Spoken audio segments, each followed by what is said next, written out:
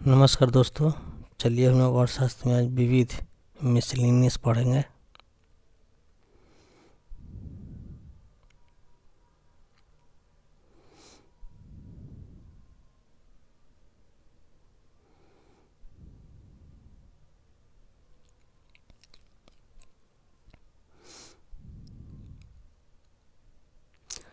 जब कुल उत्पादन स्थिर होता है तो सीमांत उत्पादन कितना होगा? शून्य। जब कुल उत्पादन स्थिर होता है तो सीमांत उत्पादन कितना होगा? शून्य। दीपक पारेख समिति किस लिए गठित की गई थी? अवसंरचना के विकास और वित्तीय हेतु उपाय सुझाने के उद्देश्य के लिए। ISO 14001 एक अंतर्राष्ट्रीय प्रमाण पत्र है जो प्रदूषण नियंत्रण प्रणाली स्थापित करने वाली औद्योगिक इकाइयों को प्रदान किया जाता है। असंतुलित विकास की अवधारणा की वकालत किसने की थी? यो हर्षमैन ने।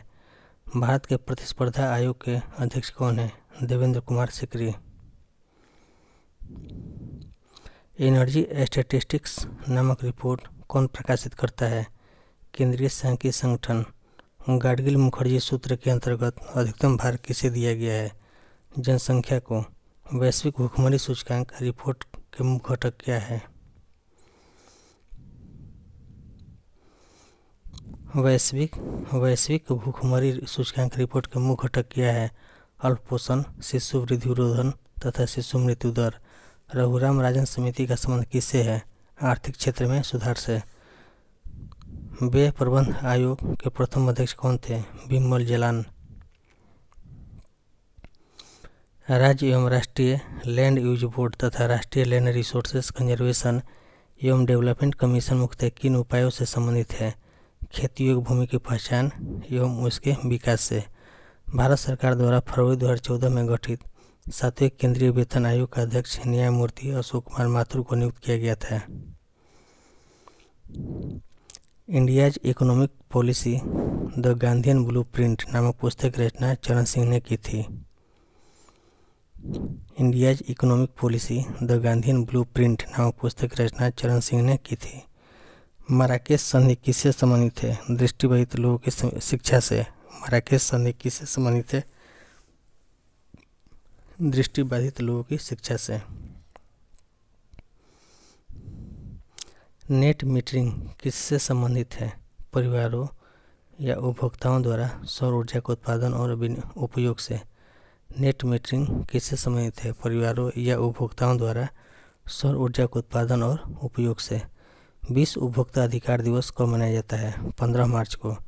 सेम्फेक्स योजना किसके द्वारा लागू की गई है? राजस्थान वित्त निगम RFC द्वारा।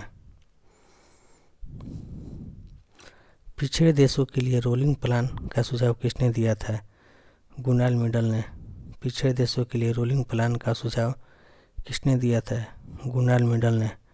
व्यावसायिक परिसंपत्तियों के न्यायता सिद्धांत का प्रतिपादन किसने किया था? महात्मा गांधी ने। किसी देश में आय का पुनर्वितरण करने का सर्वोत्तम मार्ग क्या है? परिगामी व्यय से संयुक्त परिगामी कराधान। किसी देश में आय का पुनर्वितरण करने का सर्वोत्तम मार्ग क्या है? परिगामी व्यय से संयुक्त परिगामी कराधान। चौपाल नामक ग्रामीण विपणन तंत्र किसने प्रारंभ किया था? ITC ने। भारतीय उद्यमिता विकास संस्थान कहाँ स्थित है? अहमदाबाद में। इंदिरा गांधी राष्ट्रीय मानव संग्रहालय कहाँ स्थित है? भोपाल में। आर्थिक विकास सामान्यतया किसके साथ युग्मित होता है? स्फीति के साथ। प्लानिंग एंड द पुअर नामक पुस्तक के लेखक कौन है? VS मिन्हास। राष्ट्रीय जन विकास एजेंसी कब स्थापित की गई थी? जुलाई 1982 में। राष्ट्रीय जन विकास एजेंसी कब स्थापित की गई थी? जुलाई 1982 में। लेखानुदान संघ सरकार की अनुमति प्रदान करता है। निश्चित अवधि के लिए सरकार के संचित निधि से धन निकालने के लिए लेखानुदान संघ सरकार की अनुमति प्रदान करता है। निश्चित अवधि के लिए भारत के संचित निधि से धन निकालने के लिए।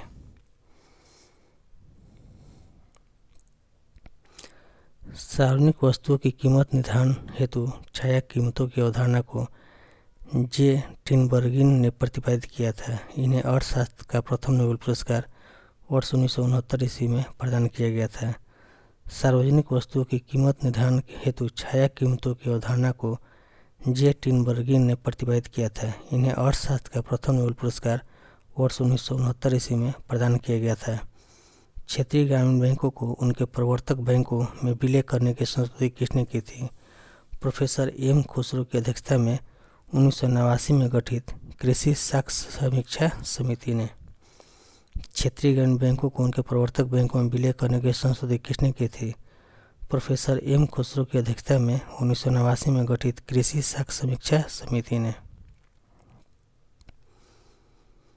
फरवरी 2011 में संघीय पेट्रोलियम मंत्री द्वारा भारत का सबसे बड़ा नेफ्था क्रैकर संयंत्र कहाँ प्रारंभ किया गया? पानीपत, हरियाणा में। फरवरी 2011 में संघीय पेट्रोलियम मंत्री द्वारा भारत का सबसे बड़ा नेफ्था क्रैकर संयंत्र का प्रारंभ कहाँ किया गया? तो पानीपत, हरियाणा में। भारत का पहला निवेश और विनिर्माण क्षेत्र कहाँ स्थापित किया गया? भारत का पहला निवेश और विनिर्माण क्षेत्र कहाँ स्थापित किया गया था? आंध्र प्रदेश में। प्रोजेक्ट एरो का संबंध किससे है? डाकघर से। भारतीय पेटेंट कानून किस वर्ष लागू हुआ था? वर्ष 1972 में। सार्वजनिक निजी साझेदारी मॉडल के अंतर्गत भारत की प्रथम रेलवे लाइन कहाँ निर्मित की गई है? गुजरात में। सार्वजनिक निजी साझेदारी मॉडल के अंतर्गत भारत की प्रथम रेलवे लाइन कहाँ निर्मित की गई है? गुजरात में। भारत में आवासीय कीमतों का सूचकांक रेजिडेक्स को प्रारंभ किया गया था? वर्ष 2007 में। भारत में प्रतिस्पर्धा आयोग का गठन किस वर्ष किया गया था? वर्ष 2003 में। औपनिवेशिक अर्थव्यवस्थाओं से क्या तात्पर्य है? किसी देश की अर्थव्यवस्था का दूसरे देश द्वारा शासित होना। औपनिवेशिक अर्थव्यवस्था से क्या तात्पर्य है? किसी देश की अर्थव्यवस्था का दूसरे देश द्वारा शासित होना। राजकोषीय घाटे का क्या दुष्प्रभाव होता है? मुद्रास्फीति का बढ़ना एवं सरकार के ऋण भार में वृद्धि। राजकोषीय घाटे का क्या दुष्प्रभाव होता है? मुद्रास्फीति का बढ़ना एवं सरकार के ऋण भार में वृद्धि। अंग्रेजों ने भारत में किस प्रकार की आर्थिक व्यवस्था अपनाई थी? अर्ध सामंतवादी। अंग्रेजों ने भारत में किस प्रकार की आर्थिक व्यवस्था अपनाई थी? अर्ध सामंतवादी। पूंजी का संग्रहण नामक पुस्तक के लेखक कौन है? John Robinson. पूंजी का संग्रहण नामक पुस्तक के लेखक कौन है? John Robinson. राष्ट्रीय कृषि अर्थशास्त्र और नीति अनुसंधान केंद्र कहाँ अवस्थित है? नई दिल्ली में। राष्ट्रीय कृषि अर्थशास्त्र और नीति अनुसंधान केंद्र कहाँ अवस्थित है? नई दिल्ली में। Fiscal responsibility and budget management act के अनुसार अर्थव्यवस्था की त्रैमासिक समीक्षा करने की बात किस समिति ने की थी? विजय केलकर समिति ने। Fiscal responsibility and budget management act के अनुसार अर्थव्यवस्था की त्रैमासिक समीक्षा करने की बात किस समिति ने की थी? विजय केलकर समिति 3 ने मार्च 2004 में। भारतीय रिजर्व बैंक ने अर्थव्यवस्था को गति देने के उद्देश्य से पहली बार ऑपरेशन ट्विस्ट को प्रारंभ किया? 23 दिसंबर 2019। भारतीय रिजर्व बैंक ने अर्थव्यवस्था को गति देने के उद्देश्य से पहली बार ऑपरेशन ट्विस्ट को प्रारंभ किया? 23 दिसंबर 2019। गोल्डन हैंडशेक स्कीम किससे संबंधित है? स्वैच्छिक सेवानिवृत्ति से। अर्थशास्त्र की पुस्तक the theory of income employment and interest के लेखक कौन है? James Keynes. अर्थशास्त्र की पुस्तक the theory of income employment and interest के लेखक कौन है? James Keynes. दृष्टिहीन विकलांग हेतु राष्ट्रीय संस्थान अवस्थित है देहरादून में। दृष्टिहीन विकलांग हेतु राष्ट्रीय संस्थान अवस्थित है देहरादून में। द्वितीय पेटेंट संशोधन अधिनियम को भारतीय संसद द्वारा अंतिम रूप से वर्ष 2002 में स्वीकृति प्रदान की गई। द्वितीय पेटेंट संशोधन अधिनियम को भारतीय संसद द्वारा अंतिम रूप से वर्ष 2002 में स्वीकृति प्रदान की गई। प्रिंसिपल ऑफ इकोनॉमिक्स वर्ष 1980 नामक पुस्तक के लेखक हैं Alfred Marshall. Principle of economics वर्ष 1980 नामक पुस्तक के लेखक कौन है? Alfred Marshall. एडम स्मिथ की पुस्तक द वेल्थ ऑफ नेशन किस वर्ष प्रकाशित हुई थी? वर्ष 1776 में। पूर्ति पक्ष अर्थशास्त्र मुख्यतः किस पर आधारित होता है? उत्पादक के दृष्टिकोण पर।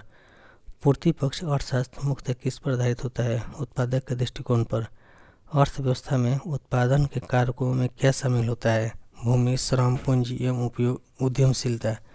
अर्थव्यवस्था में उत्पादन के कारकों में क्या शामिल होता है? भूमि, श्रम, पूंजी एवं उद्यमशीलता।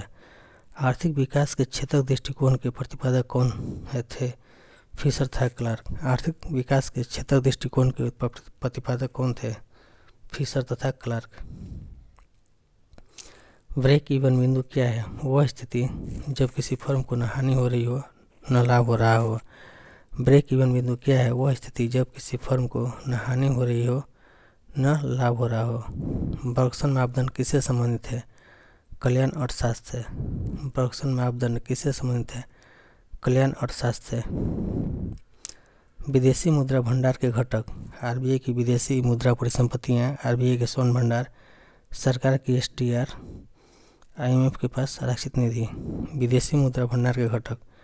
आरबीआई की विदेशी मुद्रा परिसंपत्तियाँ, आरबीआई के स्वर्ण भंडार, सरकार की एसटीआर राशि, स्पेशल रेमी रेट तथा आईएमएफ के पास आरक्षित निधि।